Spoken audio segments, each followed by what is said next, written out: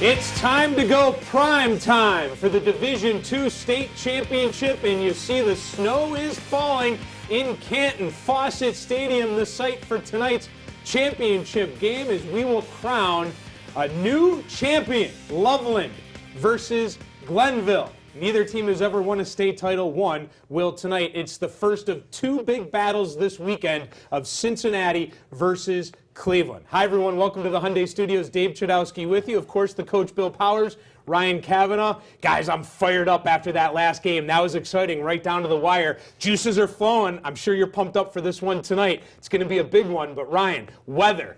Is that going to play a factor with this Glenville high-powered offense? Well, that's what everybody's talking about. We're expecting snow and a lot of it. However, I don't think it will have an adverse effect on Glenville. The reason why, when they want to pass it, I expect them to go deep to Eric Smith and Marshawn Lattimore. It's going to be more of a hindrance on the defensive backs because they're going backwards. And, of course, offensively, I think Loveland's defense needs to use their quickness against the big offensive line at Glenville, and the snow is also going to have a negative effect on the Loveland defensive linemen and their ability to move side to side. So I actually think that the weather plays into the hands of Glenville and their offense. Okay, interesting point. And, Coach, when you look at Loveland and its offense, you're talking about the wing T. How does that help them advantage-wise against Glenville? Well, Glenville's defense is big, aggressive, and fast. And how do you counteract that? With the wing T. Because with the wing T, you're doing angle blocking, number one, so you don't need to be that big. Number two, you're using misdirection. So you're going to allow those fast guys to blow right past you as you're running a counter or trap or an inside handoff.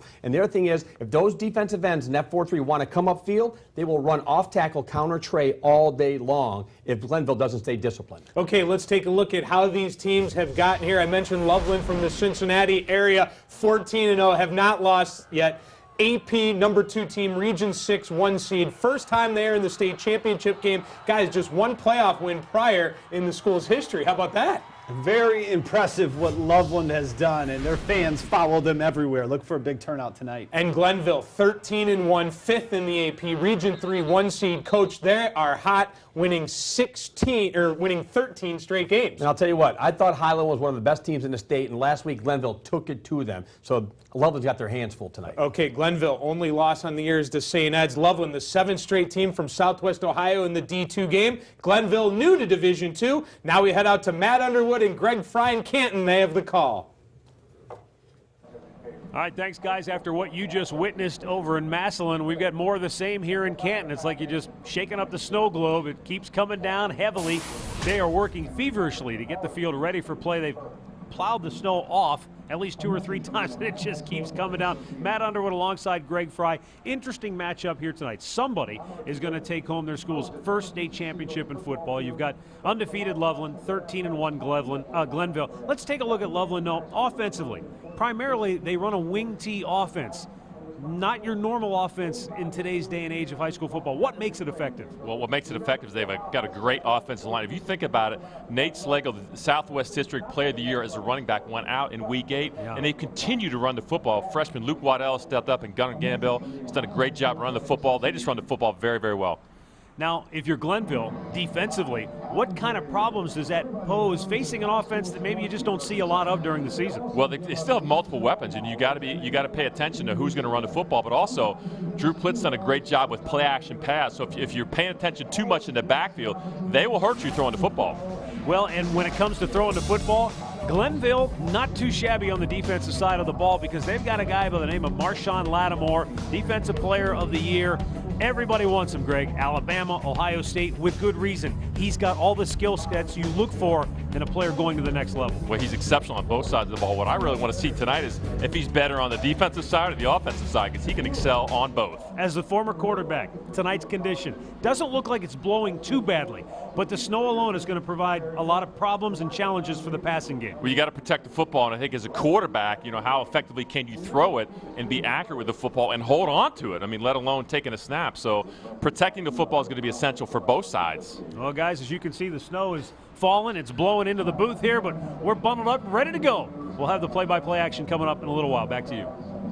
All right, Matt and Greg, thanks so much for that. Boy, look at that. I'll tell you what, this snow makes it interesting, no doubt about it. Coach, though, really tough, though. Slagle not going to be a part of this game, obviously, with the injury. Yeah, this is a kid who was their offense. I mean, he was a leading rusher. I mean, over 1,000 yards. Tears his ACL. This team doesn't miss a beat, though. Here they go. They go 4-0 in the playoffs, and they are ready to play for a championship. That tells you how deep of a team this is.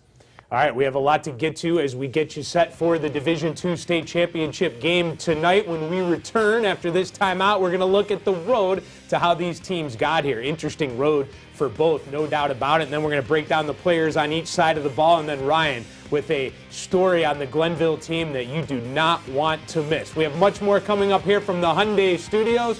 Bill Powers, Ryan Kavanaugh, Dave Chudowski. We're just getting started. We'll be right back here on Sports Time Ohio.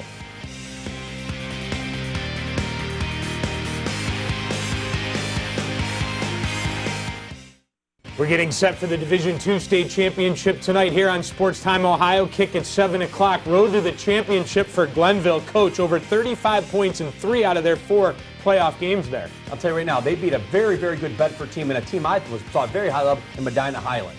41-13 as they took over in the second half. And you're right, boy, Bedford, that was a tough game. Ryan, Loveland, Zanesville in 2 overtimes in the state semis. I mean, maybe this is a team of destiny, my friend. And they were down 28-14 to Mount Healthy. They had a defensive fumble, a return for a touchdown to win that one. How much does Loveland have in the tank? Boy, I'll tell you, both of these teams hot, too, because obviously Loveland 14-0 and Glenville 13 in a row after losing to St. Ed's, and Glenville tested with some definite tough games throughout the year that they have pulled through. So both teams well-deserved to be here. All right. On the sidelines tonight, it is Andre Knott, and he caught up with first-year head coach Fred Cranford of Loveland. Andre, take it away. Thanks, Dave. We're here with Coach Cranford of a team that everybody says has destiny to get here. First-year coach, congratulations. First time you guys have went to the state title. Any nerves for you or your team? Nothing different for me personally. I think the kids are just excited for this opportunity to be on this stage and represent Loveland, Ohio. So we're excited. Everybody talks about the Division I Cincinnati-Cleveland matchups. You hear about it. Division II games for the last couple of years have been the best games of the weekend down here.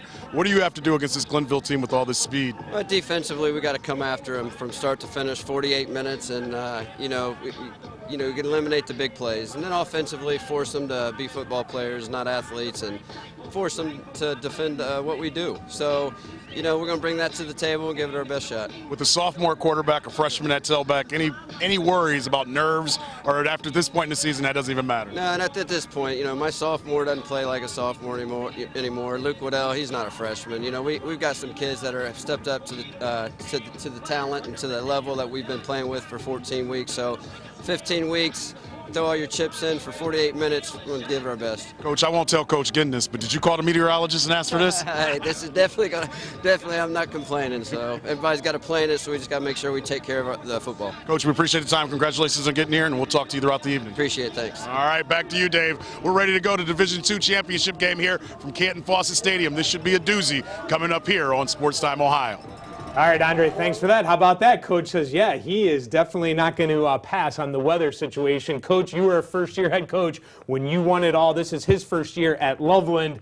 How'd you feel his demeanor was? I mean, getting set for this game tonight. He seemed pretty calm to me. Again, once you get between the white lines, it's just another ball game. It's not that big a deal once you're between the white lines. It's the stuff leading up to get to the white lines. Yeah, all the stuff you have to deal with, just that people don't even realize, that away from the X's and O's. The football's like 20% of what you do. 80% is all a bunch of other garbage you have to deal with. That's unbelievable. All right, let's get in now to the offensive game plan, Ryan, for Loveland. And we're talking about, and Andre mentioned this, unbelievable third sophomore quarterback that we have seen already here in the state championships. Yeah, out of 8 teams, third sophomore quarterback, youth movement in the state of Ohio. This one for Loveland is Drew Plitt. He completes 60% of his passes, over 1,400 yards. He's got 12 touchdowns, but where Plitt is going to have to be very instrumental is using the football, hiding it from the defense, and really using the misdirection that comes along with the wing tee to keep the Glenville defense off balanced. He has 5 picks in the postseason, right? That might be a concern today. Yeah, it certainly is a concern. He, as Coach Cranford said, he doesn't play like a sophomore. However, he needs to take care of the football against these defensive backs of Glenville. Okay, we talked about Slagle, the offensive player there that's out. Gunnar Gamble, if he gets 79 yards tonight, he'll be the 3rd back on the team over 1,000 yards. That's unbelievable. So I set you up now to talk about the Frosh. He's the 2nd back over 1,000. He might be a freshman, Luke Waddell, but he is a rock star. He's also a born football player.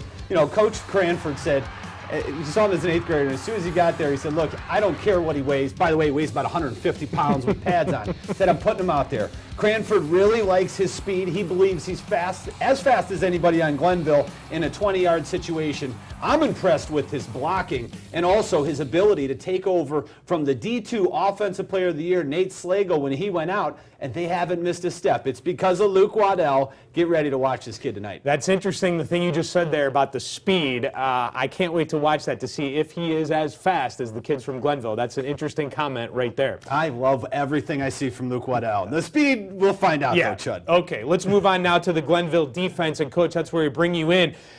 Coach Ginn, you got to believe defensive pressure. I mean, that's something they have done all year long. Is that something they will look to do tonight? They may have to tone it back a little bit. When you're going against the wing T, alignment and assignment. You have to make sure your guys line up in the right spot, number 1. And number 2, they do their assignment only. Don't try and do too much. And you better have a good linebacker and a good defensive tackle because you want to stop the fullback and the off-tackle play. They got Marcellus Jones, 6'4", 325-pound defensive tackle who's going to be the guy to stop the fullback. And when they decide to run off tackle, you're going to have number 26, just as hard, a linebacker in that 4-3 who flies around all over the place. But remember, the key to stopping the wing T is alignment and assignment. Watch this game and see if they ever take themselves out of position. And what's amazing about Glenville, guys, they have never won a state championship. They have that chance tonight. They're 1 win away. They have the chance to do something very special. They have had all this elite talent, but have never won a title. And they're saying win for Ginn as Coach Ginn has overcome cancer. Ryan was able to catch up with the coach and has this story. After an impressive year and their first season in Division II, Coach Ted Ginn and his Glenville Tarblooders are back in the state championship. They're a real special group in a lot of ways. I think it went great for the simple fact that we're in the state championship. To be able to go this far into the season, being prepared for different teams, you know, at this point in time, you know, it's all you can do. You know, you just got to go and perform. Marshawn Lattimore leads a star-studded class for Glenville. Before the season, Coach Ginn gave him the honor of wearing number 2, something Lattimore doesn't take lightly. Number 2, it comes with a lot. Like, you have to be a leader, not only on the field, but in the classroom. Like, you have to be a great person. The guy that wears number 2, not so much about their athletic abilities, them as a person, and how they do things in the community. And it's a mindset at Glenville. It's the top of the nation. Hoping to be the first Cleveland City public school to win a state title in football, the Tarblooders feel a responsibility to follow through with the victory. We know that this is the end, and the preparation is no excuse. We got to go do what we have to do. I mean everything to the community and the team, especially Coach Ginn. I guess he never won when we trying to win one for Coach Ginn. You know, and it just would be a great thing for our city, you know, for our children, for our families in the Glenville community in Cleveland. We started everything in January, talking about 15 games. We did 15 push-ups every time we did a workout for 15 games, and we finally here, so let's get it done. I had the opportunity to talk to Marshawn Lattimore last week after his 4-touchdown performance in the state semifinals. I asked him, do you have anything left for the state championship? A very confident Lattimore said, just wait till you see what I got. This is going to be the best game I've ever played. I love that type of self-confidence. And for Coach Ginn, who might be the best dressed coach in the state of Ohio, all he needs now is a trophy sitting next to him on his desk. Good story there. I'll tell you, I've been in Coach Ginn's office before. Literally went there for like a 2-minute interview, and he had me in there for an hour talking about the kids, ones that have been there before, and what he's trying to do for them, and not about state championships. He's a great person, and well-deserved. We'll see if he can get it done tonight. So if they get it done tonight, obviously Lattimore is going to be a big key. You just talked about him. Boy, oh boy. What does he bring to the table? Sum it all up, my man. Well, he's the defensive player of the year, but he's most outstanding on offense. He is the best football player I've ever seen at the high school level. He's got speed to go past